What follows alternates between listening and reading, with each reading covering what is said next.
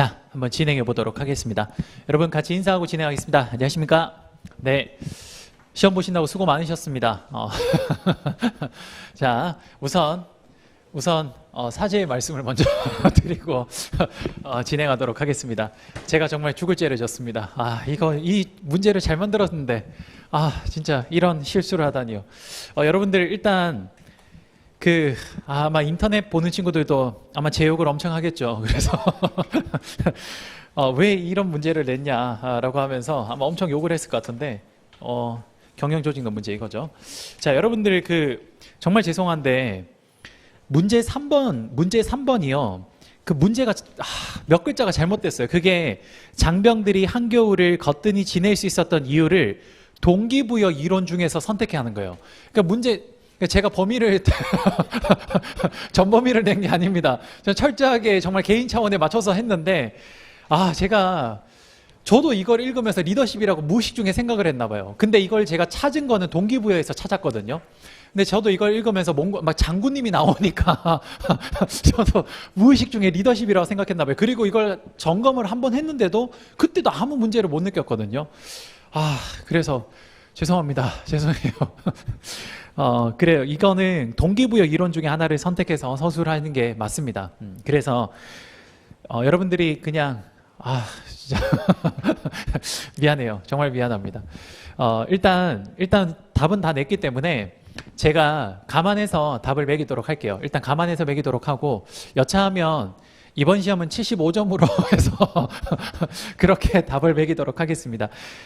그러면 오늘 일단 문제부터 한번 보죠. 문제 좀 여러분들이 좀 어렵거나 혹은 좀 당황했을 수 있을 것 같은데 이제 3기는 이런 문제들이 좀 제법 나올 겁니다. 그러니까 여러분들이 기본기를 좀 충실하게 공부를 좀 해두셨으면 좋겠어요. 알겠죠? 자, 그러면 한번 보도록 하겠습니다. 자, 문제 1번부터 한번 보죠. 문제 1번. 문제 1번. 자, 문제 1번 보시면요. 그리고 아까 전에 인사에서 한번 이야기했는데 혹시 경조만 듣는 친구들 위해서 잠깐만 다시 이야기하면 혹시나 지금 경조만 듣는 친구들도 제가 3기 때는 혹시나 개인 사정이 있어서 답을 못 썼으면 그러면 언제든 다음번에 써서 내면 제가 채점해 드릴 거거든요. 알겠죠? 그러니까 혹시 늦거나 혹은 뭐 개인적인 일 때문에 못 한다면 꼭 여러분들 집에서 혼자서라도 채점을 써서 저한테 주시기 바랍니다. 알겠죠? 자, 그러면 한번 보도록 하죠. 이거 진짜 열심히 만들었는데 진짜 너무 아깝네요. 3번 문제. 여러분들의 그걸 한번 보고 싶었는데 참. 진짜 너무 좀 그렇네요. 자, 정말 죄송합니다. 정말 미안해요.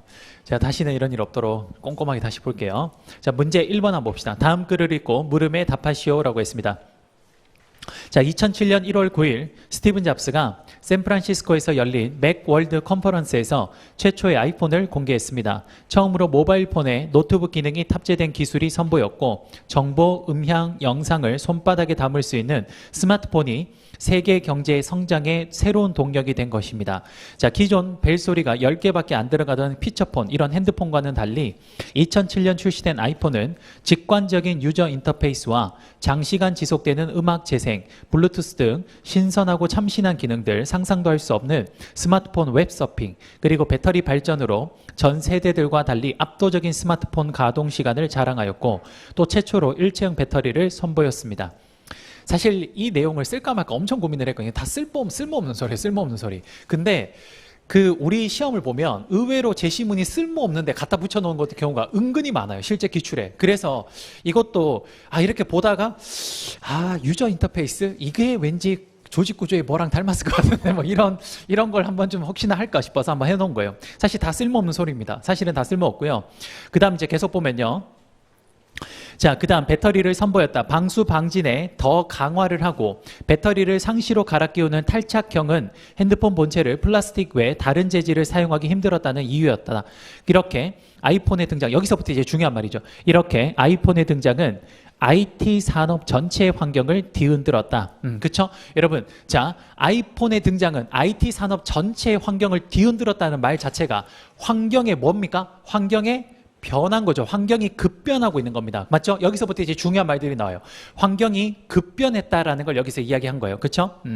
자, 그다음 이에 당시 삼성전자 CEO인 고노현 회장은 전 직원에게 가장 빠른 속도로 스마트폰 개발을 해달라고 요청을 하였습니다. 이를 위해 삼성전자는 당시 최고의 터치패널 기술을 보유한 지니틱스와 함께 공동 연구를 수행하였습니다. 자, 봅시다. 여러분들 환경이 급변하고 있어요. 환경이 급변하고 있는데 여기 기업의 최고 경영자인 고노현 회장은 여기에서 환경이 급변하는 상황에서 뭘 하고 있습니까? 이 환경이 급변한 걸 보고 이건 어떻게든 따라잡아야겠다라고 본인이 판단하에 뭘 했습니까? 전략적인 제휴를 맺은 거죠. 그렇죠? 그러면 이건 바로 여기서 이제 알 수 있는 게 이건 환경이 변했을 때 이거에 대해서 우리가 그냥 순응하면서 따라가는 결정론적입니까? 아니면 그 환경이 변하는 걸 내가 스스로 조작을 하고 바꿀 수 있다는 임의론적 태도입니까? 그렇습니다. 그걸 캐치해야 됩니다. 여기서 중요한 포인트가 그거예요. 그래서 결정론이 아니라 임의론에 해당된다라는 포인트를 캐치하셨으면 굉장히 잘한 겁니다. 굉장히 잘했어요. 자, 그다음 두 번째는요. 자, 삼성전자는 뭐 하는 회사입니까? 핸드폰 만드는 회사예요. 그쵸? 그 다음에 지니틱스인가? 맞죠? 맞나? 지니틱스 맞죠? 지니틱스. 예. 저도 터치펜을 세계 1위가 어딘지 몰라서 검색해봤어요. 여러분 이거 제가 어느 정도 제가 조작해서 만든 거예요. 기사를 찾았는데 그 기사가 제가 마음에 들지 않아서 그 기사를 제가 다시 쓴 거예요. 제가 다 하나하나씩 다시 쓴 거예요. 그래서 터치패널 세계 1위가 어딘지 몰라서 그래서 제가 찾아보니까 지니틱스래요. 그래서 여기서 이제 하는 건데 자 봅시다. 삼성전자 핸드폰 만드는 회사가 지니틱스라는 터치펜을 만드는 회사랑 전혀 다른데 이 두 회사가 어떻게 한 겁니까? 결합을 한 겁니다. 그렇죠? 어쨌든 상호 다른 회사가 어떻게 한 거냐? 그 지금 시장이 변하고 있는 게 기회라고 생각을 하고 이걸 뭘 한 겁니까? 전략적 제휴를 맺은 거죠. 그렇죠? 여기에서 뭘 읽어야 됩니까? 여기서 그렇죠. 협력적 네트워크 이론을 읽었어야 됩니다. 그렇죠. 그러면 정확히 한 거예요. 자, 그래서 한번 볼게요.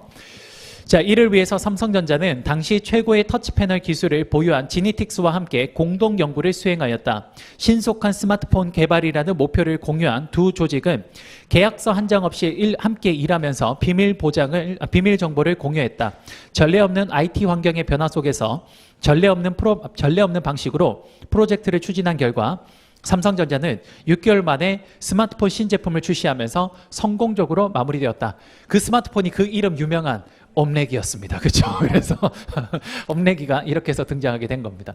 자, 여러분들 여기에서 첫 번째 일단 1번 문제에서 뭘 읽으셔야 되냐면요. 삼성전자는 스마트폰 개발 사례가 결정론과 임의론 중 어디에 해당하는가? 임의론이라는 걸 읽었어야 되고 그 임의론에 해당하는 것을 여러분들 뭐로 해야 됩니까? 그렇죠. 전략적 상황이론 이걸로 여러분들이 체크를 하셨으면 정확하게 여기를 분석하신 겁니다. 그 다음 두 번째는요. 삼성전자는 IT 환경 변화에 대응하기 위해서 상이한 유형의 기업인 지니틱스와 협력을 하였습니다. 이 사례를 통해 유추할 수 있는 거시조직 이론은 뭐였습니까? 협력적 네트워크 이론이 되겠습니다. 됐어요. 그 다음 문제 3번 한번 볼게요. 자, 문제 3번은 일부러 여러분들 영역 범위를 밖을 벗어낸 겁니다. 이건 의도하고 낸 건데요. 여러분들 3번 문제는 충분히 조직 구조 파트에 어느 정도를 알고 있을 거라는 생각하에서 쓴 겁니다. 물론 제가 시험 범위 벗어나는 거 저도 알고 있어요. 근데 내용 자체가 그렇게 어렵지 않아서 간단한 내용이라서 얼마든지 쓸 수 있지 않을까라는 생각으로 그래서 내본 겁니다. 한번 볼게요. 삼성전자의 신속한 스마트폰 개발에 적합한 조직 구조 유형에 대해서 약술하시오라고 했습니다. 자, 여러분들 여기에서 보면 지금 어떤 상황입니까? 상황이 굉장히 급변하고 있는 상황이에요. 그렇죠? 그러다 보니까 어떻게 한 거냐? 바로 삼성전자의 일부 인력과 그 다음에 지니틱스의 일부 인력이 조인을 한 겁니다. 그렇죠? 그럼 여러분 이게 뭡니까? 일종의 TF를 구성한 거잖아. 그치? 그 TF를 구성한 대표적인 조직 구조가 뭡니까? 프로젝트 조직이죠. 그래요. 그래서 프로젝트 조직이 여기서 나와야 됩니다. 자, 여기서 질문을 했습니다. 자, 질문을 했는데요. 자, 사업부재 조직은 왜 안 되냐? 사업부재 조직은 왜 안 되냐고 방금 질문을 했는데, 자, 여러분들 사업부재 조직이 안 되는 이유가 뭡니까? 자, 여러분들 사업부재 조직은 말씀드린 대로 이거는 이미 제품이 형성이 된 상태예요. 그러니까 어느 정도 기능이 완성된 상태에서 그 조직 구조이기 때문에 사업부재 조직 구조는 사실 여기에서 좀 뭐라 해야 될까요? 좀 맞지 않습니다. 여러분, 그럼 이렇게 이야기해 볼까? 여러분 조직을 조직을 우리가 크게 구분하면 유기적 조직 구조랑 기계적 조직 구조로 나눌 수 있거든요. 자, 봐요. 지금 우리가 제시문에서 본 거는요. 어떤 환경입니까? 어떤 환경이죠? 환경이 굉장히 동적으로 변하는 환경입니다. 굉장히 뭡니까? 급변하고 있는 곳이죠. 그렇죠? 그리고 여러분들 우리 수업 시간에 배웠잖아요. 환경이 동적으로 급변하는 곳에서는 어떤 조직 구조가 맞습니까?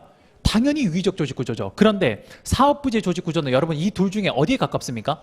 기계적 조직 구조에 가까워요. 그래서 사업부재 조직 구조는 여기에 더 가깝기 때문에 여기라고 보기는 힘듭니다. 그 다음, 자, 여기서 또 질문이 왔습니다. 또 질문이 왔는데요. 자, 네트워크 조직이 되냐라고 물어봤는데 네트워크 조직도 안 됩니다. 왜 안 되냐면요. 자, 봐봐요. 급변하는 환경 속에서 네트워크 조직은 유기적 조직 구조에 해당되기 때문에 맞아요. 쓸 수 있을 것처럼 보입니다. 그런데 네트워크 조직은요. 여러분 제가 그때 이야기했죠. 네트워크 조직은 자신의 핵심 기능만 본인이 가지고 있고 나머지 기능들은 다 어떻게 합니까? 아웃소싱 외주를 주잖아. 그치? 근데 이때 외주를 줄 때는 여러분 어떤 논리를 했습니까? 그렇지. 그러니까 외주를 줄 때 본인의 핵심 기능 말고 나머지 기능은 부차적인 기능이기 때문에 이걸 가장 잘 만들어줄 수 있는 회사를 찾는 게 아니라 그걸 가장 저렴하게 완성시킬 수 있는 회사를 찾는 겁니다. 이해되십니까? 지금 같은 경우에 만약에 네트워크 조직을 한다. 그럼 그 논리에 따르면 삼성전자는 스마트폰을 개발하기 위해서 어떻게 외주를 줘야 되냐면 터치 패널 스크린에 압도적 1위를 자랑하는 회사를 가는 게 아니라 뭘 해야 됩니까? 터치 패널의 가장 저렴한 곳을 선택해야 되는 거예요. 그렇게 따지면 여기가 맞지 않은 거예요. 제 말 무슨 말인지 이해되시죠? 네, 그래서 여기는 프로젝트 조직이 맞는 말입니다. 그래서 여기는 프로젝트 조직을 적으셨으면 아마 정확하게 답이라고 볼 수 있을 것 같아요. 자, 그래서 여러분들 문제 그 예시 답안을 보면 문제 1번에 전략적 선택 이론을 쓰시면 됩니다. 여러분들 아마 전략적 선택 이론은 충분히 잘 쓰실 수 있을 거라고 생각을 해요. 문제만 정확히 읽어냈다면 전략적 선택 이론은 잘 쓰셨을 거라고 생각이 들고요. 그 다음 문제 2번 5페이지를 보시면 자, 문제 2번은 협력적 네트워크 이론이죠. 자, 협력적 네트워크 이론. 여러분들 협력적 네트워크 이론의 의의 보시면 자, 두 번째 줄에 기업들은 경쟁력을 높이고 희소한 자원을 공유하기 위해서 상이한 유형의 기업 간의 협력이 가능합니다. 그렇죠. 자, 여러분들 얼핏 봤을 때는 물론 얼핏 봤을 때에는 터치 패널 그 기업과 핸드폰을 만드는 기업은 큰 범위 내에서는 동종업계로 볼 수 있습니다. 그렇죠. 하지만 정확히 말하면 이걸 엄밀하게 말하면 핸드폰을 제조하는 회사랑 터치 패널을 만드는 회사는 사실 달라요. 네, 그렇기 때문에 상이한 기업에서도 얼마든지 이게 협력이 가능하다라는 겁니다. 이해되죠? 자, 여러분들 요 문제를 낼 때 사실은 요런 문제를 처음에 먼저 냈어요. 제가 문제를 여러 개 만든다 그랬잖아요. 그때 협력적 네트워크 이론을 물어보고 싶은 거야, 나는. 그래서 이거를 어떻게 예제를 가지고 와서 한번 물어볼까 생각을 하다가 그 찾아낸 대표적인 사례가 뭐냐. 여러분 이런 겁니다. 자, 봐요. 애플이라는 회사는 뭐 만드는 회사입니까? 전자제품 만드는 회사잖아. 그치? 그리고 기아 자동차는 뭐 만드는 회사예요? 자동차 만드는 회사야. 근데 여러분들 뉴스를 한번 들었죠? 애플카를 만든다 그래가지고 애플이 누구한테 그걸 요청했습니까? 기아에 요청을 했어요. 맞죠? 여러분들 그래서 기아가 결국엔 안 한다고 했지만 만약에 기아가 한다라고 했으면 그럼 여러분들 그게 뭡니까? 완전히 상이한 기업 간의 협력적 네트워크가 이루어진 거죠. 왜 그렇습니까? 애플의 자신들의 핵심 어떤 기술력이 있을 거고 그 다음 기아차도 뭐 어떤 거를 점유하고 싶은 거예요? 전기차 시장을 점유하고 싶은 거잖아. 그치? 어쨌든 그 이해관계가 딱 맞아 떨어지니까 상이한 기업들 간에서도 뭘 할 수 있어요? 예, 협력을 할 수 있는 겁니다. 그래서 원래는 이 문제를 만들었다가 그러면 문제가 너무 나눠지는 것 같아서 다른 걸 좀 찾다가 이렇게 만든 거예요. 이해되죠? 오케이. 여기까지가 2번 문제. 그리고 마지막으로 3번 문제는 말씀드린 대로 프로젝트 조직만 서술하시면 됩니다. 요렇게 1번 문제가 됐고요. 그 다음 2번 문제는 별로 어렵지 않을 거라고 생각이 듭니다. 이거는 뭐 여러분 조직 몰입 유형인데 뭐 이거는 충분히 여러분들이 쓰셨을 거라고 생각이 들고요. 이거는 뭐 어렵지 않아서 패스하도록 하겠습니다. 자, 그 다음에 논란의 3번 문제를 잠깐 보겠습니다. 자, 3번 문제 한번 잠깐 보죠. 자, 3번 문제부터 한번 보겠습니다. 문제. 자, 봐요. 자, 3번 문제는 참고로 어느 책에 있는 내용을 가지고 온 거냐면 임창희 교수님 책에 조직행동론이라는 책이 있습니다. 그 책에서 동기부여 파트에 있는 사례를 가지고 온 겁니다. 그 임창희 교수님 책에 사례가 굉장히 많거든요. 그래서 제가 종종 그 문제를 출제할 때 많이 즐겨서 쓰는데 거기에서 괜찮은 문제 같아서 그래서 하나 가져와서 문제화한 겁니다. 한번 볼게요. 다음 제시문을 읽고 다음 물음에 답하시오. 자, 몽고메리 장군은 제2차 세계대전 때 북아프리카와 유럽의 연합군 상륙 작전에서 중요한 역할을 담당한 가장 영향력 있는 영국 육군 원수로서 독일군과의 전투에서 적 연합군 승리를 안겨준 지휘관이다. 그는 거만하고 거칠고 허영심이 많고 때로는 기상천외한 일도 저지르는 인물로 평가되고 있다. 그럼에도 불구하고 몽고메리는 전투에서 부하 장병들이 끊임없이 전진하여 승리를 거머쥐게 한 마력의 소유자였다. 이러한 리더십이 어떻게 가능했을까? 겨울이 닥쳐 전쟁을 멈추고 잠정적 휴전에 들어간 때가 있었다. 장병들은 여기서 이제 중요한 말입니다. 겨울이 닥쳐 전쟁을 멈추고 잠정적 휴전에 들어간 때가 있었다. 장병들은 전쟁이 없으니 지루해하고 타령이 늘어나는 기미를 보였습니다. 그는 장병들에게 적이 쳐들어온다고 거짓말을 하고 참호를 파도록 하여 한겨울을 거뜬히 지냈습니다. 자, 여러분 봅시다. 첫 번째, 이 문제가 잘 봐요. 제가 이 문제에서 의도했던 건 뭐냐면 첫 번째, 전쟁은 뭡니까? 전쟁은 어떻게 해야 되죠? 승리해야 됩니다. 그렇죠? 정쟁이라는 거는 반드시 내가 승리해야 된다는 목표가 있어요. 그렇죠? 그래서 몽고메리 장군이 실제로 전쟁 중에는 굉장히 뚜렷한 목표가 있으니까 그러니까 부하들이 어떻게 되냐? 그가 괴짜 같은 행동을 보이더라도 정확하게 동기부여가 되어서 실제로 전쟁에 임하게 되는 겁니다. 근데 휴전이 된 거야. 휴전은 뭡니까? 전쟁이 없어진 거야. 전쟁이 잠시 쉬는 거잖아요. 그렇죠? 그러다 보니까 뭐가 되냐? 그 부하 직원들이 전쟁에서 이겨야 된다라는 소위 말하는 뭐가 없어진 겁니까? 목표가 사라진 겁니다. 그 동기부여가 사라진 거죠. 그 동기부여가 사라진 이유가 뭐냐? 목표가 없어졌기 때문에 내가 이겨야 된다라는. 그렇죠? 그래서 이 사람이 몽고메리가 뭘 한 겁니까? 그래서 거짓말을 한 거죠. 적들이 쳐들어온다. 그러니까 우리는 대비를 해야 된다. 적들이 쳐들어온다는 게 그게 뭐가 되는 겁니까? 이제 목표가 되는 겁니다. 그래서 이 직문에서 뭘 읽을 수 있는 거냐면 로크의 목표 설정 이론이라는 게 나와야 됩니다. 그걸 사실 염두에 두고 낸 문제예요. 그러니까 이 지금 그 예제가 임창희 교수님 어디에 들어가 있냐면 로크의 목표 설정 이론의 예제로 들어가 있어요. 네, 그래서 그걸 가지고 이야기를 한 겁니다. 사실 엄밀히 말하면 여기서 카리스마 리더라고 말하기도 좀 어려워요. 왜냐하면 이 사람이 굉장히 괴짜 같은 일도 많이 하고 뭐 그렇잖아요. 기상천외한 일도 저지른 인물입니다. 근데 그들이 그냥 몽고메리 전투에서 부하 장병들이 끊임없이 전진해서 승리를 거머쥐게 한 마력의 소유자래요. 그렇죠? 근데 이 사람이 뭐 여기서 카리스마를 정확하게 느꼈다라고 말하기도 좀 어려워요. 근데 그건 괜찮을 것 같습니다. 지금 읽어보니까 그 리더십 귀인 이론, 그건 괜찮을 것 같아요. 그 왜냐하면 리더십 귀인 이론은 여기서 좀 괜찮을 것 같은 게 봐봐요. 이 사람이 리더십이 있는지 없는지 알 수가 없습니다. 그런데 부하 직원들이 뭘 느꼈습니까? 그에게 뭔가 마력을 느꼈다고 적혀 있잖아. 서술되어 있잖아. 그럼 뭐예요? 그 친구가 그 친구 아니죠. 어쨌든 그 장군이 그 장군이 나름의 리더십이 있는지 없는지는 몰라. 하지만 부하들이 그거를 뭘 합니까? 느꼈기 때문에 그래서 따라갔다고 할 수도 있으니까 리더십 이론으로 굳이 풀이를 하자면 리더십 귀인 이론 정도는 충분히 가능할 것 같긴 합니다. 하지만 그냥 동기부여 이론으로 정확히 따지면 로크의 목표 설정 이론이 여기에서 제가 원했던 질문이었습니다. 알겠죠? 미안합니다. 이건 진짜 제가 큰 실수한 것 같아요. 제가 일단 한번 매겨보고 이 문제가 너무 좀 심각하다면 75점 만점으로 해서 그렇게 하도록 하겠습니다. 자, 고생하셨고요. 여러분들 관련된 내용들은 꼭 집에 가서 한 번 더 복습해 주시기 바랍니다.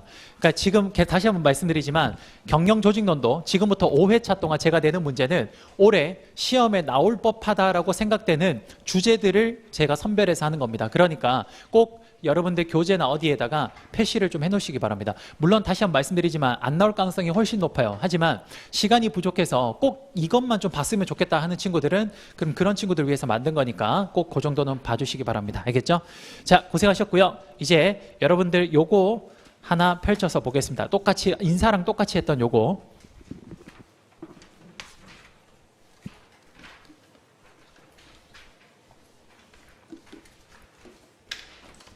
자, 한번 보죠. 가지고 오세요.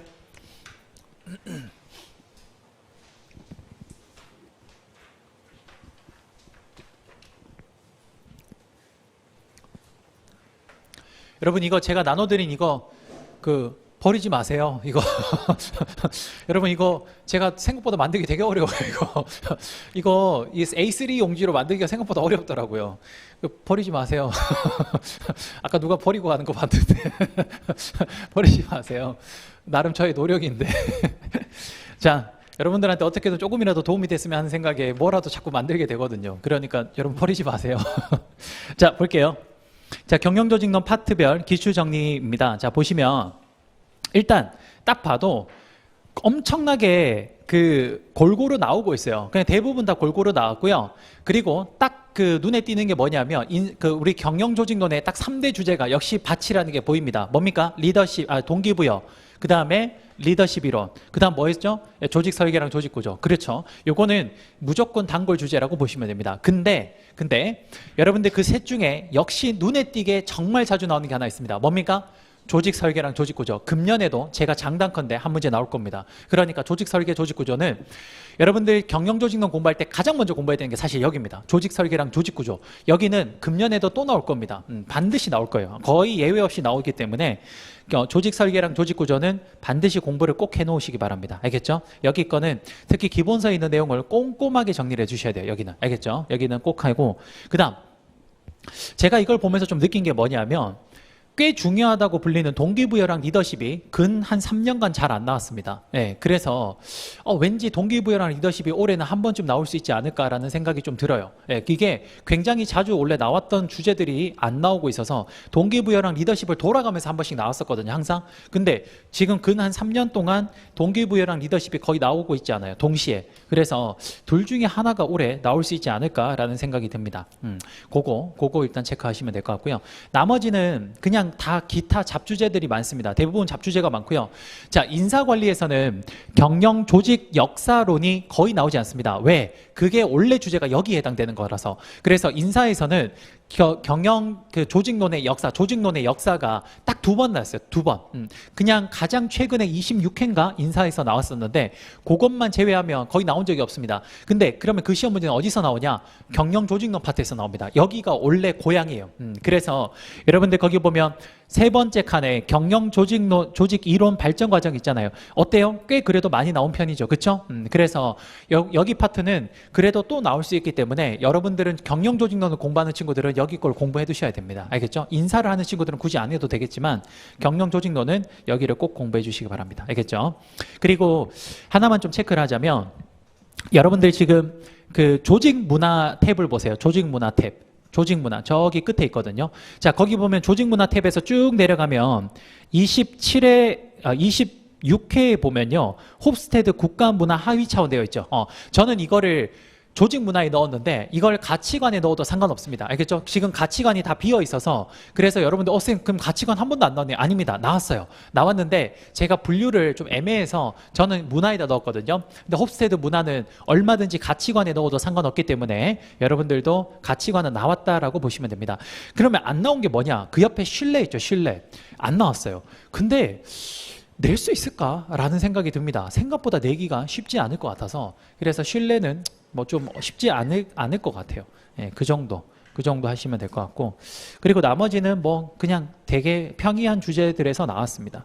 그래서 인사보다 경조가 오히려 공부하기가 훨씬 나은 게 인사는 예상치 못한 이슈들이 나와요. 그러면 이제 그게 굉장히 불이탁 문제가 되는데 경영 조직론은 이게 이론의 학문이다 보니까 실전의 학문이 아니라 이론의 학문이다 보니까 이거는 생뚱맞은 거에서 나올 확률이 굉장히 낮습니다. 어차피 이론을 베이스로 한 학문이기 때문에 그래서 제 생각에는 한 요 안에 주제에서 어떻게든 뭐 다 저는 나올 거라고 봐요. 예. 그래서 여러분 항상 경영조직론 공부할 때 이제 남은 기간 동안 저 이제 수업 끝나고 난 뒤에 여러분 공부하시겠죠. 그러면 항상 여러분 공부할 때 가장 먼저 공부해야 될 거는 조직 설계랑 조직 구조를 가장 먼저 공부하세요. 거기가 제일 메인 키입니다. 아마 금년에도 꼭 한 문제가 나오지 않을까 싶거든요. 그러니까 그 부분은 되게 깨알같이 공부하셔야 돼요. 샅샅이. 그러니까 금년에도 페루의 기술 유형이라는 굉장히 일반적인 모형이 하나 나왔잖아요. 그렇죠? 그러니까 언제든 또 똑같은 게 나올 수 있기 때문에 여기는 꼭 같이 정리해 놓도록 하겠습니다. 됐죠? 자, 요 정도 정리합시다. 자, 그러면 오늘 경영 지도사 문제 한번 풀어보겠습니다. 자, 마찬가지로 경영 조직론도 일단 경영 지도사 문제를 먼저 할 거고요. 그리고 다음 시간부터는 신림동에 나왔던 타 강사님들 모의고사를 한번 같이 풀어보도록 하겠습니다. 그래서 일단은 오늘은 경영 지도사 시험 문제로 좀 가볍게 한번 해보죠. 자, 어디부터 펴냐면 2022년 경영 지도사 시험 문제를 펴도록 하겠습니다.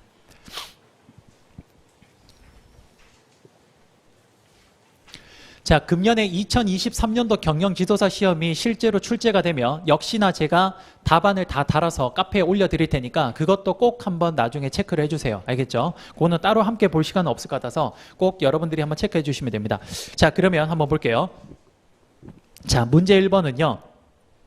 강화 주기 중 연속적 강화법과 간헐적 강화법의 개념과 학습 속도 및 소고 속도를 기술하고 간헐적 강화법에 속하는 4가지 방법에 대해서 설명하시오. 여러분 이거는 우리 연속적 강화 계획이랑 그 다음에 단속적 강화 계획 그거 말하는 거거든요. 그래서 이건 충분히 어렵지 않게 할 수 있을 것 같습니다. 이건 그래서 패스. 그 다음 문제 2번 한번 볼게요. 피들러의 상황적 리더십 이론과 허시 블렌차드의 상황적 리더십 이론에서 제시된 상황 규정 요인들을 각각 설명하고 이들 요인에 의해 규정된 리더십 상황별로 각 이론들이 제시한 효과적 리더십 유형에 관해서 논하시오. 문제가 굉장히 어려워 보여요. 아니 근데 되게 쉽습니다. 자, 천천히 다시 읽어볼게요. 피들러의 리더십 이론과 허시 블렌차드의 리더십 이론에서 자, 첫 번째 제시된 상황 규정 요인들을 각각 설명하고. 그럼 여러분 물어봅시다. 제시된 상황 요인이 뭐 있습니까? 자, 일단 첫 번째 피들러 뭐 있습니까? 그렇죠. 리더와 구성원과의 관계. 또 뭐 있습니까? 과업이 구조적이냐 비구조적이냐. 마지막 뭐죠? 그렇죠. 리더의 직위 권력. 그렇죠. 그렇게 3가지죠. 그 3가지. 그 3가지가 적혀 있어야 되죠. 그렇죠? 그거 일단 적으면 되고. 허시 블렌차드의 리더십 수명주기 이론에서 상황 변수는 뭡니까? 부하의 성숙도. 그렇죠. 그럼 일단 그거 쓰면 돼. 그거 2개 쓰면 돼. 그 다음 이들 요인에 의해 규정된 리더십 상황별로 각 이론들이 제시한 효과적 리더십 유형에 관해서 논하시오. 여러분 이것도 다 되어 있잖아. 뭡니까? 자, 피들러의 상황 적응적 리더십 이론은 2 곱하기 2 곱하기 2 곱하기 해서 총 몇 개입니까? 8가지 상황이 나오죠. 그럼 이 8가지 상황에서 리더에게 상황이 유리할 때, 불리할 때, 그 다음 중간일 때, 그때마다 어떻게 해야 되는지 매칭하는지 설명했잖아. 그거 설명하면 되는 거예요. 그렇죠? 그 다음 2번째, 허시 블렌차드는 뭡니까? 거기는 부하의 성숙도를 가지고 총 몇 가지가 나옵니까? 4가지가 나오잖아요. 그렇죠? 그리고 고려와 구조주의 모형에 가지고 요렇게 해가지고 올려가는 거 기억나죠? 예, 그거 쓰면 돼요. 그것만 여기다 쭉 다 쓰면 그냥 다 맞는 답입니다. 이것도 역시 어려운 문제가 아니었어요. 다만 문제가 되게 복잡스럽게 보이지만 찬찬히 뜯어보면 절대 어려운 문제가 아니었습니다. 이것도 패스. 자, 그래서 어디 들어가냐? 3번으로 들어가겠습니다. 처음 본 문제. 감정 전념. 제가 오늘 인사에서 살짝 언급한 내용입니다. 자, 감정 전념에 대해서 한번 보도록 할게요.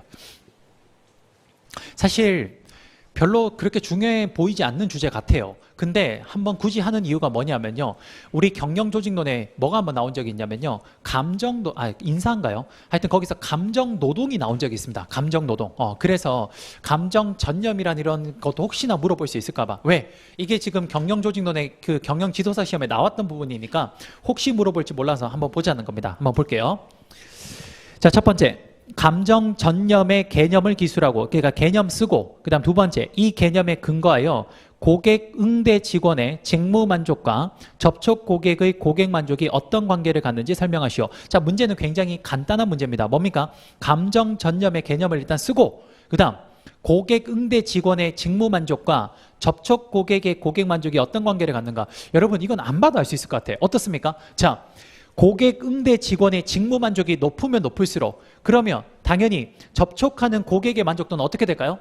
그렇죠. 이거 되게 쉬운 문제예요. 근데 이 문제 자체에 답만 쓰면 되게 간단한 문제야. 그리고 실제 경영지도사 시험은 개념만 쓰고 그 다음에 그 고객 만족이 어떻게 되는지 그 2개만 쓰면 돼요. 이거 쓰면 되는데 제가 이거는 아예 감정 전념이라는 게 혹시 시험에 나오면 풀로 어떻게 써야 될지를 그냥 다 써놓은 겁니다. 그래서 그 외적인 요소도 더 있으니까 같이 한번 보도록 할게요. 같이. 자, 첫 번째 개념부터 한번 보겠습니다. 개념. 자, 감정 전념이란 여러분 일단 줄 끊지 말고 봅시다. 감정 전념 또는 정서 전념이란 다른 사람의 얼굴 표정, 말투, 목소리, 자세 등을 자동적이고 무의식적으로 모방하고 자신과 일치시키면서 감정적으로 동화되는 경향을 의미합니다. 자, 그 다음 줄을 끊죠. 이러한 감정 전념이 조직 관리에 있어서 중요한 이유는 구성원들이 경험하는 감정은 다양한 경로를 통해 구성원들의 태도와 업무 처리 방식에 영향을 주고 결과적으로 이는 성과로 연결되기 때문입니다.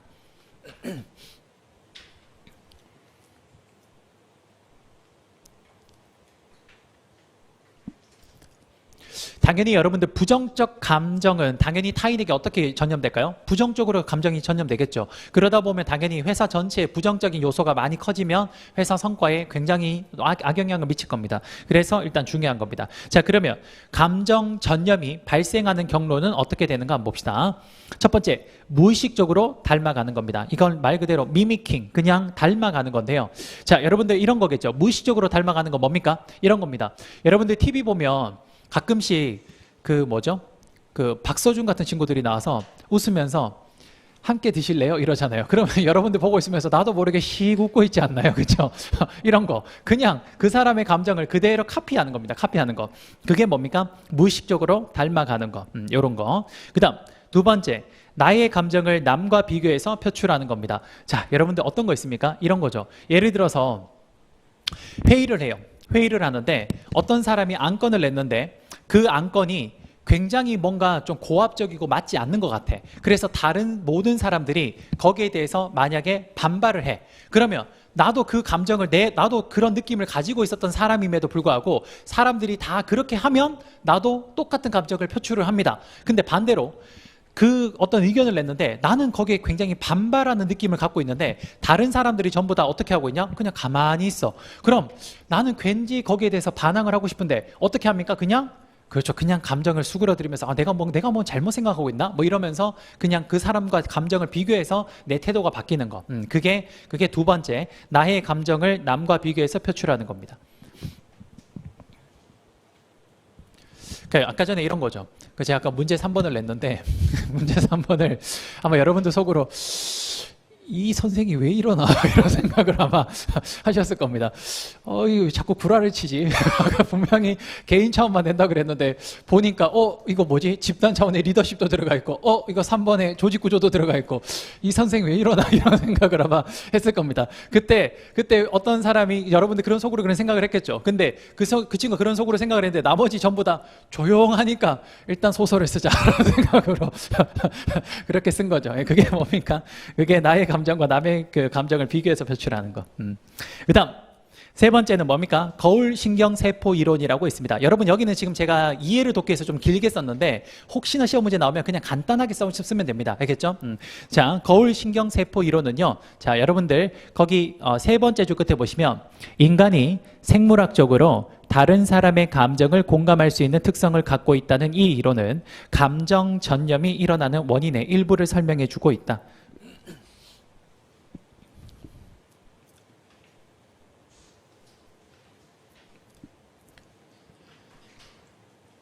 이게 뭡니까 여러분들? 이런 거죠. 예전에 제가 뉴스를 보니까 이런 일이 있었어요. 여러분 뭐 얼마 전에 이런 일이 있었잖아요. 우리 국가적으로 좀 안 좋은 일이 이태원에서 그렇죠. 할로윈 데이 때 압사 사고 일어나는 거 기억나죠? 자, 그게 그래가지고 이제 뭐 약간 추모 형식의 이런 것도 좀 있었는데 그때 뉴스에 어떤 게 있었냐면 어떤 어머님이 와서 이태원 참사하는 친구들의 추모하는 곳에 가서 오열을 하시더라고요. 그래서 이제 기자가 왜 이렇게 오열을 하십니까? 혹시 자녀가 여기서 그러면 뭐 세상을 떠났나요? 그러니까 그건 아니래요. 근데 왜 내가 오열을 하냐면 지금 부모들이 이 애들이 떠난 걸 보니까 자기도 자기 자식을 잃어봤다는 거예요. 그러다 보니까 그 감정이 여기 너무 이입이 돼서 그래서 오열을 하고 있다 이렇게 말씀하시더라고요. 이게 뭡니까? 이게 거울 이론이에요. 인간은 다른 사람에게 뭘 할 수 있는 능력이 있습니까? 공감하고 동감하는 능력이 있습니다. 그러다 보니까 감정을 동감을 하다 보니까 거기에 있던 감정이 나한테로 전이 되는 겁니다. 그렇죠? 마치 저 같은 사람이죠. 제가 여러분들의 고난과 고충을 다 제가 느끼고 그래서 저도 요즘에 잠을 못 자요. 여러분들의 고민을 걱정한다고 저도 미안합니다. 쓸데없는 소리 했어요. 미안해요. 근데 여러분 진심입니다. 제가 뭐 이렇게 딱히 특정 종교를 말하긴 좀 그렇지만 저도 이제 종교가 있거든요. 저도 나름 종교가 있어요. 그래서 가끔씩 갑니다. 저도 자주는 못 가고 저도 가끔씩 가는데 가서 기도합니다. 우리 반 애들 좀 많이 합격해달라고 기도합니다. 여러분 그거는 제 진심이에요. 정말로. 여러분들이 합격을 많이 하셔야 그래야 제가 뜨지 않겠습니까? 그래서 저를 위한 기도를 하면서 여러분의 기도도 함께 하는 겁니다. 그래요. 자, 어쨌든 그냥 농담이고요. 자, 넘길게요. 자, 세 번째, 조직 내 감정 전염의 유형을 한번 보겠습니다. 자, 여러분 조직 내 감정 전념의 유형은 크게 두 가지입니다. 뭐냐면요, 이겁니다. 이렇게 도식화하면 돼요. 뭡니까? 상사가 나한테 주는 거, 즉 리더가 나한테 주는 거. 그 다음 뭐냐? 구성원 사이에서 오는 감정 전념. 그래서 이걸 뭐라고 하냐면요, 리더가 부하 직원한테 주는 감정 전념을 수직적 감정 전념이라고도 하고, 구성원들끼리의 감정 전념을 뭐라고 하냐? 수평적 감정 전념이라고도 합니다. 혹시나 시험에 뭐 그럴 일은 없겠지만 수직적 수평적이라 나오면 이걸 말하는구나 정도만 기억하시면 돼요. 알겠죠?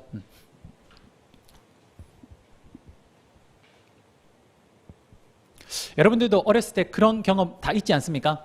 굉장히 여러분들이 어렸을 때, 지금이야 여러분들이 이제 다 커서 부모님이 여러분들을 함부로 못하겠지만, 여러분들이 굉장히 어렸을 때 어머니가 여러분들한테는 일종의 리더 같은 존재 아닙니까? 그렇죠?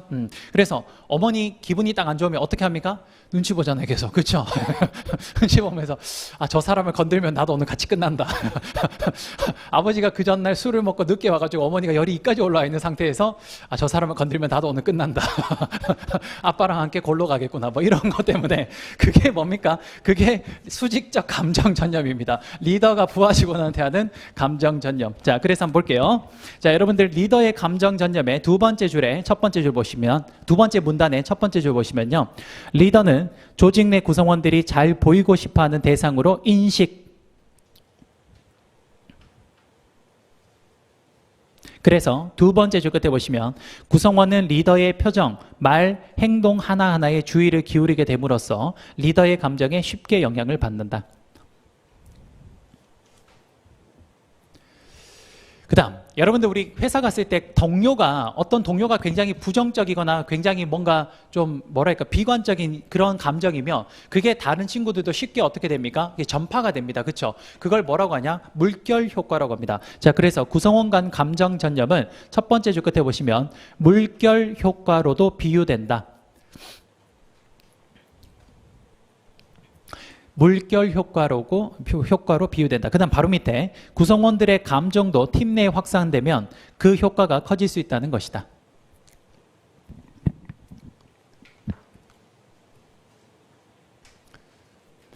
그래서 저도 진짜 회사 다닐 때 실제로 회사에 가보면 그런 직원들 많습니다. 어떤 직원들이 있냐면 죽겠다. 뭐만 하면 죽겠다. 아침에도 맨날 출근하고 나면 죽겠다. 그리고 나 이제 일해야 된다 그러면 죽겠다. 그 다음에 밥 먹고 와도 뭐라 그래요? 배불러? 죽겠다. 그래서 계속 죽겠다만 그래요. 예. 그래서 어떻게 됩니까? 진짜 죽어요. 그렇게 되면. 여러분들, 그래서 제가 하고 싶은 말은, 수험생일 때 여러분, 저는 이렇게 생각하거든요. 되게 작은 거 하나도 간절하게 바란다면 그거 작은 거 하나도 소중하게 생각해야 된다고 저는 생각합니다. 그래서 여러분들 수험생일 때 자꾸 힘들어 죽겠다, 이거 못할 것 같다, 이거 안 될 것 같은데, 그렇게 말씀하지 마시고요. 할 수 있다. 그리고 이거 조금만 더 해보자. 그리고 나는 합격할 수 있다. 그걸 계속 되뇌이셨으면 좋겠어요. 그런 것조차도 어찌 보면 참 여러분들의 마음의 긍정적인 거에 큰 힘을 주거든요. 그래서 저는 합격이라는 건 작은 것들이 모여서 이루어진다고 생각해요. 그러니까 남은 기간도 좀 알차게, 그리고 작은 거 하나라도 좀 긍정적으로 생활하셨으면 좋겠습니다. 알겠죠? 자, 됐습니다. 그 다음 4번 볼까요? 4번. 부정적 감정 전념의 최소화 방법이라는 게 있습니다. 자, 여러분들 이런 수직적 감정 전념을 해결할 수 있는 방법은 뭐냐? 이거죠. 리더 때문에 이 사람이 영향을 준 거니까 리더를 뭐 하는 거냐? 감정에 대해서 서로 컨트롤할 수 있게끔 교육 훈련시키는 겁니다. 그래서 첫 번째가 뭐냐? 감성 지능을 겸비한 리더 육성 교육 훈련을 실시합니다. 자, 중요한 것만 하나 줄일 거죠. 자, 거기 위에서 밑으로 4줄 내려가시면요, 가운데 리더에게 자신의 감정을 인식하고 알맞게 표현하는 능력과 타인의 감정을 이해하고 공감하는 능력을 키우도록 장려하는 것은 중요한 과제라고 볼 수 있다. 그 다음 두 번째, 봐봐요. 아까 전에 지금 첫 번째 해결법은 무슨 해결법이냐면 수직적 감정 전념의 해결법이라면, 두 번째 해결법은 수평적 감정 전념의 해결법입니다. 그게 뭐냐?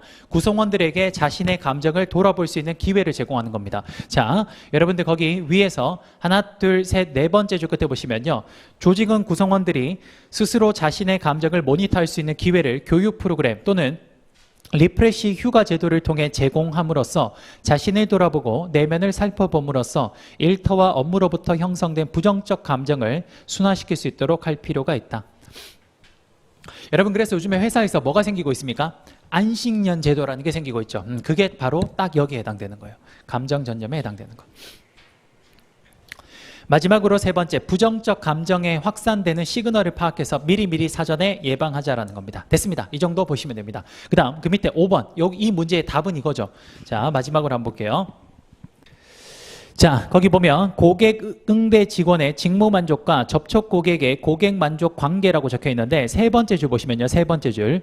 고객 응대 직원이 자신의 직무에 불만족한다면 이러한 부정적 감정이 고객을 응대하는 과정에서 고객에게 전염되고 이는 곧 고객에게 회사의 이미지를 부정적으로 만들어 조직 효과성을 저해하게 된다. 이게 답입니다. 이게 이 문제의 답이에요. 됐죠? 됐습니다. 문제 3번 이 정도 정리하죠. 그 다음 넘겨서 문제 4번 보겠습니다.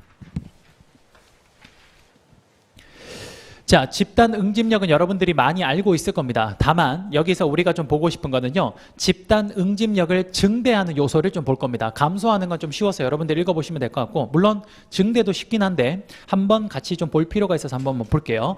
집단 응집력, 자 볼게요.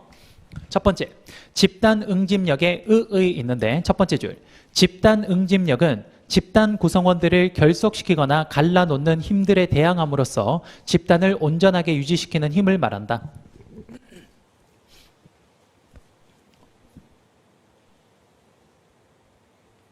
자, 그러면 집단 응집력을 높이는 요 원인을 지금부터 볼 건데요. 여러분 이렇게 생각하면 돼. 집단 응집력을 높이는 원인을 공부했잖아요. 그럼 그거 뒤집으면 뭐가 되냐? 예, 집단 응집력을 감소시키는 원인이 됩니다. 그래서 하나만 딱 기억하면 돼요. 자, 볼게요.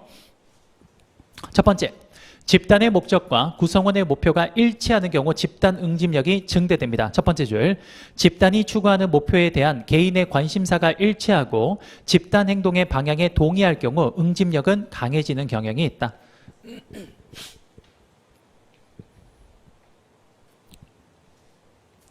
그 다음 두 번째, 상호작용의 빈도. 자, 봅시다 여러분. 여러분들 지금 집단 응집력이 상호작용이 많을수록 집단 응집력이 높아질까요? 상호작용이 작을수록 집단 응집력이 높아질까요? 많을수록 당연하죠. 그럼 여기서 한 단계 더 나아가서 그러면 조직 규모가 큰 기업이 집단 응집력이 높을까요? 낮은 조직 규모가 작은 기업이 집단 응집력이 높을까요? 작은 규모죠. 그렇죠. 왜 그래요? 규모가 작아야 뭘 할 수 있습니까? 소통이, 그렇죠. 소통이 더 잦아지니까. 그렇죠. 오케이. 자, 그래서 상호작용 빈도 보겠습니다. 첫 번째 줄, 집단 구성원이 다른 사람과 상호작용할 수 있는 기회가 많을수록 응집력은 증대된다. 그래서 여기서 중요한 포인트가 있습니다. 밑으로 세 줄 내려가시면 끝에 보시면 여기서 집단의 규모가 중요한 통제 변수가 될 수 있다. 그렇죠. 제가 방금 이야기한 거. 됐죠? 됐고요. 세 번째, 개인적 매력 그냥 읽어보시면 될 것 같고, 그 다음 네 번째, 이게 중요합니다. 자, 4번, 집단 간 경쟁과 갈등의 존재라는 겁니다. 자, 여러분 봅시다. 만약에 우리 회사가 있는데 우리 회사가, 자 이렇게 볼게요. 조직 내의 경쟁이 강화되면 집단의 응집력은 높아질까요? 낮아질까요? 낮아집니다. 그럼 집단 간의 경쟁이 격화되면 집단 안에서의 응집력은 어떻게 될까요? 높아집니다. 그래요. 그래서 여기에 지금 뭐라고 적혀 있냐면 집단 간 경쟁이라고 되어 있죠. 그렇죠? 그 다음 아까 조금 한 장 넘겨보면 뭐가 나오냐면 여러분들 봐봐. 한 장 넘겨서 집단 응집력 감소 요인에 보면 4번에는 뭐라고 되어 있습니까? 그렇죠. 집단 내입니다. 네.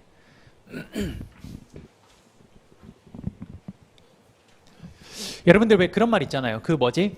우리나라 임진왜란이 왜 일어났냐, 거기에 대해서 많은 설왕설래가 있는데 그 중에 하나가 뭐냐면 일본에 누가 그거 했죠?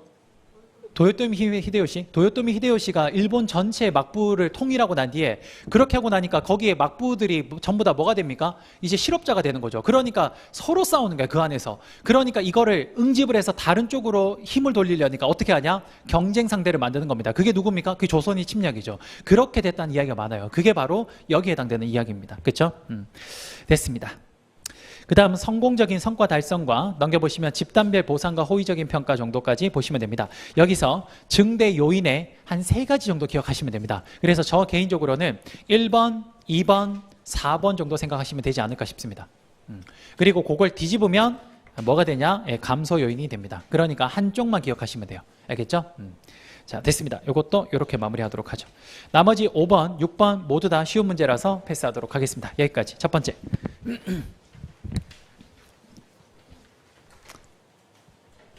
자, 그 다음 여러분들 뭐 피냐면요, 셀프 리더십 개념 있는 거 찾으시면 됩니다. 셀프 리더십 개념.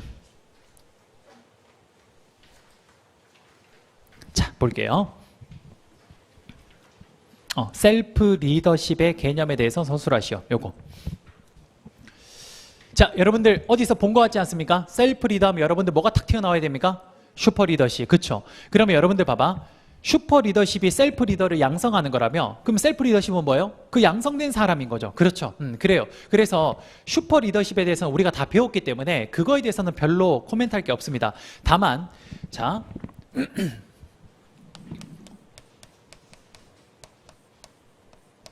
자, 슈퍼 리더십은 뭐를 양성하는 거냐면 셀프 리더를 양성하는 겁니다. 셀프 리더를 양성하는 건데, 근데 이 셀프 리더에 대해서, 요 자체에 대해서 물어보는 게 지금 이 문제예요. 이게 바로 경영 지도서 시험에 따로 한번 나왔습니다. 그래서 한번 정리하려고 가져온 거예요. 됐죠? 한번 봅시다. 자, 여러분들 셀프 리더는 이름만 딱 봐도 당연히 어떤 리더십입니까? 스스로 통제하는 리더십입니다. 그쵸? 그러면 물어볼게. 오늘날과 같이 환경이 급변하는 상황에서 셀프 리더는 굉장히 유용할까요? 유용하지 않을까요? 당연히 유용합니다. 근데 왜 유용할까요? 자, 환경이 급변했을 때 가장 중요한 게 뭐냐면, 환경이 급변하면 집중성이 직권화돼야 됩니까? 분권화돼야 됩니까? 분권화돼야겠죠. 그럼 분권화되었을 때는 권한이 그쪽으로 위임이 되어 있기 때문에 권한을 그쪽에 줬으면 그들이 그걸 잘 활용을 해야 됩니다. 그쵸? 근데 만약에 그걸 권한을 줬는 거를 남용할 수도 있잖아. 그치? 그래서 정말 중요한 게 뭐냐? 셀프 리더가 중요한 겁니다. 권한을 줬으니까 그걸 스스로 잘 컨트롤할 수 있어야 돼요. 알겠죠? 그래서 오늘날 같은 경우에 굉장히 잘 맞는 리더십이다라고 볼 수 있습니다. 자, 그 말이 여기 적혀 있어요. 자, 보면 등장 배경에 보시면요, 두 번째 줄에 줄 꺼놨죠. 산업화 시대에서 리더의 지시, 명령, 통제에 의해 행사되던 중앙 집중식 권력이 지식산업 시대로 흘러가면서 구성원들에게 점점 권한이 위임되고 있습니다. 자, 그래서 그 다음 봐봐. 이러한 흐름에 따라 현대 사회의 조직은 강력한 자율성을 가진 종업원들을 선호합니다. 그렇죠. 왜? 권한이 분권화되어 있어서 위임이 되어 있으니까 그 권한을 혹시나 잘못 사용하는 경우가 발생하면 회사가 큰 화를 입기 때문에, 그래서 그 분권화된 권한을 잘 활용하고 컨트롤할 수 있는 사람을 선호하게 됩니다. 그들이 누굽니까? 그들이 셀프 리더가 되는 거죠. 그렇죠? 예전에 여러분들 한맥증권이라고 있습니다. 한맥증권. 한맥증권이라고 파생상품을 투자하는 전문 회사였는데요. 그 회사가 여러분들 그 증권회사는 종업원들에게 권한이 많이 부여되어 있거든요. 왜냐하면 연락이 오거나 어떤 게 오면, 왜 오세요? 괜찮아요? 왜?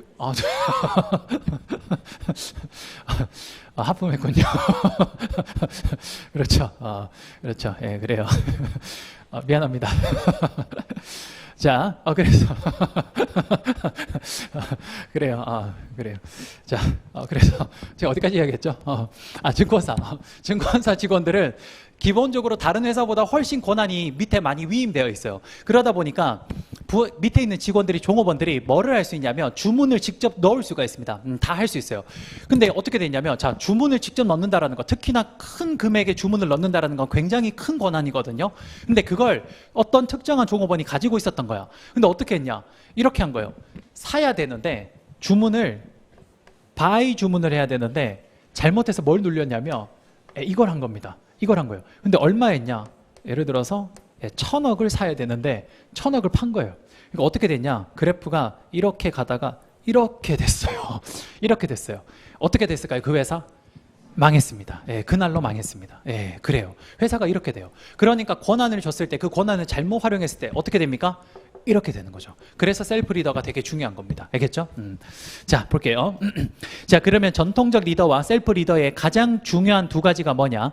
비교점이, 여러분들 거기 보면 표를 보면, 자, 표를 보면 위에서 네 번째에 보면요, 외부 보상에 의한 동기부여 있죠. 거기 줄을 긋고 그 오른쪽에 일 자체의 자연적 보상에 의한 동기부여, 거기까지. 자, 그러면 지금부터 한번 보도록 하겠습니다. 자, 첫 번째 셀프 리더라는 게 뭡니까? 의에 보시면 셀프 리더십은 개인 스스로 자신의 생각과 행동을 변화시켜 자신에게 영향력을 행사하는 리더십을 말한다. 어떻게 하는 겁니까? 자기가 스스로 조절하는 거죠. 자기가 스스로 조절하는 거. 여러분, 그러면 이거 안 봐도 알 수 있을 것 같아. 셀프 리더십의 원리에 보면 안 봐도 알 수 있는 게 당연히 가장 첫 번째가 뭡니까? 셀프 리더가 가장 중요한 게 뭘까요?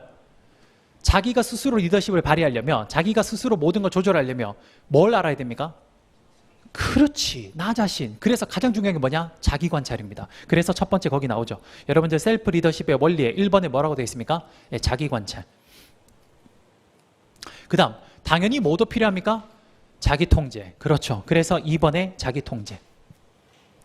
그 다음 뭐도 필요합니까? 거기 자기 효능감. 그렇죠. 여러분들 우리 다 배웠던 거야. 그렇죠. 이런 것들이 다 기본 원리가 됩니다. 다 세 가지 뭡니까? 다시 세 가지 뭡니까? 자기 관찰. 그 다음 또 뭡니까? 자기 통제. 마지막으로 뭡니까? 자기 효능감. 요 세 가지만 기억하면 돼요. 자기가 세 개 있네. 자기.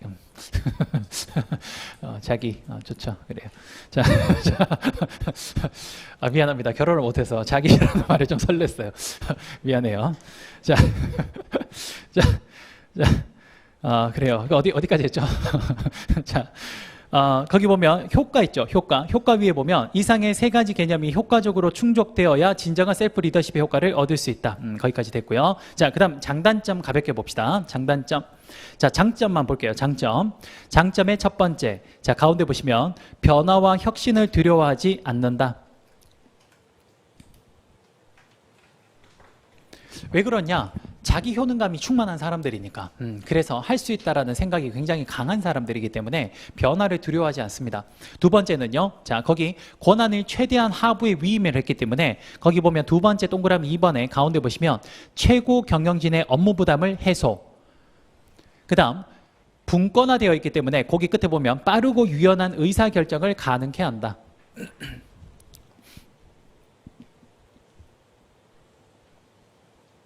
됐죠?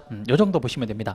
나머지 단점은 좀 쉬워요. 뭐 셀프 리더 개발에는 많은 시간과 비용이 든다, 뭐 이런 것들 등등 읽어보시면 되고, 마지막으로 제가 하나 더 적어 놓은 게 있습니다. 셀프 리더십과 슈퍼 리더십이 있습니다. 자, 그럼 볼게요. 여러분들 셀프 리더는 슈퍼 리더십은 셀프 리더를 만드는 거예요. 그러면 슈퍼 리더십을 발휘하는 과정에 뭐가 있습니까? 셀프 리더. 핵심은 뭡니까? 슈퍼 리더십을 발휘하는 과정에 뭐가 있다? 셀프 리더. 그 말이 어디 있냐면요. 여러분들 거기 셀프 리더십과 슈퍼 리더십의 첫 번째 문단의 끝에 보시면 즉 있습니다. 보이십니까? 자, 거기서 슈퍼 리더십을 이루어가는 과정에 뭐가 있다? 셀프 리더십이 있다. 오케이. 이 정도 보시면 됩니다. 됐죠? 자, 그 다음 두 번째. 자, 두 번째. 여러분들 거기 보시면 인지적 오류 유형이 있죠. 이건 그냥 한번 읽어보십시오. 그냥 한번 읽어보시면 될 것 같습니다. 작년에 했는데 별로 중요하지 않은 것 같아서 이거는 읽어보도록 하겠습니다. 넘겨서. 자, 요 문제도 한 번쯤은 살펴볼 필요가 있는 것 같습니다. 사실 2기 때 요 문제로 한번 좀 변형을 해서 내볼까 하다가 그냥 같이 한번 보려고 문제 안 내는 건데 한번 볼게요. 직무 충실화와 목표 관리의 연관성, 그러니까 공통점과 차이점에 대해서 서술하시오라고 했습니다. 사실 이 문제는 핵심이 뭐냐면 차이점이에요. 차이점을 잘 서술하는 게 가장 중요한데 한번 볼게요. 첫 번째, 직무 충실화의 의의 있는데 뭡니까? 직무를 구조적으로 확대하는 것. 자, 그것뿐만 아니라 플러스 뭡니까? 바로 밑에 의사결정의 자유재량권과 책임을 늘리는 것. 뭐 하는 겁니까? 이거죠. 숫자 측면에서 늘리고 권한에 대해서 늘려주는 거. 그렇죠? 이게 직무 충실화. 자, 그 다음 목표 관리의 의의 보시면요. 자, 첫 번째 줄 끝에 보시면 특정 목표를 평가자와 피평가자의 협의에 의해서 설정하고 난 뒤에 그 다음 목표를 양적 질적으로 달성하였는지를 평가하는 거. 요건 뭐 두 개는 쉽죠. 자, 중요한 건 그 밑에 있는 겁니다. 요것만 보면 돼요. 요것만. 자, 볼게요. 첫 번째, 직무 충실화와 목표 관리의 연관성과 차이점. 첫 번째 공통점은요. 자, 뭐냐? 둘 다 동기부여에 영향을 끼치는 겁니다. 자, 직무 충실화도 여러분 어떻습니까? 그 사람이 하는 과업의 수도 늘려주지만 뭐를 늘려주는 거예요?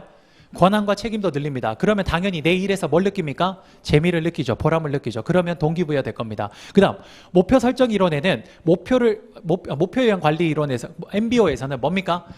목표를 설정할 때 어떻게 해요? 그렇지. 일방적으로 지시하는 게 아니라 서로 상호간에 합의하는 거잖아. 그치? 그러면 내가 어느 정도 목표 설정에 나도 참여를 했기 때문에 내가 그 일에 대해서 동기부여가 훨씬 될 겁니다. 그쵸? 요 동기부여가 그냥 핵심이야. 알겠죠? 동기부여 하나만 기억하면 돼. 알겠습니까? 그 다음 차이점 볼게요. 차이점. 자, 봅시다. 차이점. 자, 여러분들 차이점을 보면요. 자, 직무충실하는 구성원과의 상호 소통하에서 하는 겁니까? 아니면 위에서 이제 일방적으로 해주는 거예요? 맞아요. 이건 일방적으로 하는 거예요. 일방적으로. 근데 목표형 관리법 MBO는 뭡니까? 소통이야. 그렇죠. 그래서 직무충실하는 일방이라면 MBO는 상호 소통하에서 이루어집니다. 양방향이라고 보시면 돼요. 자, 그 말이 거기 적혀 있죠. 직무충실하는 조직적인 차원에서 개인의 경력 경로를 고려해서 뭡니까? 일방적으로 실시. 반면에 목표 관리는 목표 설정에 있어서 구성원의 참여와 합의를 중시합니다. 그래요.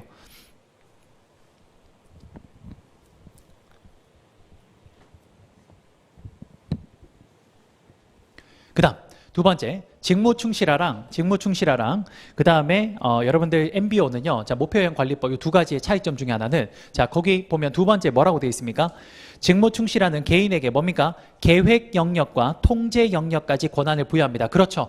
여기에 권한과 책임을 함께 주잖아. 그렇죠? 직무충실화는. 근데 MBO는 뭡니까? 단순히 그냥 계획을 세울 때 그때만 참여를 하는 거지 거기에 이 사람이 통제까지 합니까? 아니야. 단순히 그냥 계획을 세울 때 참여하는 정도에서 끝나는 거예요. 그래서 거기 보면 MBO는 계획 영역까지만 권한이 부여되는 겁니다. 알겠죠? 계획과 통제가 다 이루어지는 건 어디다? 직무충실화. 그 다음 가장 눈에 보이는 쉬운 차이점이 있습니다. 뭡니까? 직무충실화는 어디에 해당되는 거예요? 직무관리. 그 다음 MBO는 어디에 해당되는 거예요? 그렇죠. 인사평가에 해당되는 거죠. 그렇죠. 이 정도 보시면 되겠습니다. 됐죠? 됐습니다. 이렇게 하도록 하죠. 오늘은 여기까지만 할게요. 시간도 꽤 된 것 같아서 여기까지 하도록 하겠습니다. 여러분 다음 주에 올 때 제가 나눠드린 거 있죠? 다른 거 안 봤던 거 그거 들고 오시면 됩니다. 그거 들고 와서 마무리하도록 하고 경영조직론은 다음 주부터 타 강사님 모의고사 함께 풀어보도록 하겠습니다. 알겠죠? 자, 여러분 시험 보신다고 정말 고생 많으셨고요. 오늘 아마 진짜 힘드셨을 겁니다. 가시는 길에 맛있는 초콜릿이라도 사 드시고 술은 드시지 마세요. 알겠죠? 술은 드시지 말고. 자, 여러분들 맛있는 거 좀 드시고 다음 주에 뵙도록 하겠습니다. 여러분 수고하셨습니다. 감사합니다. 네.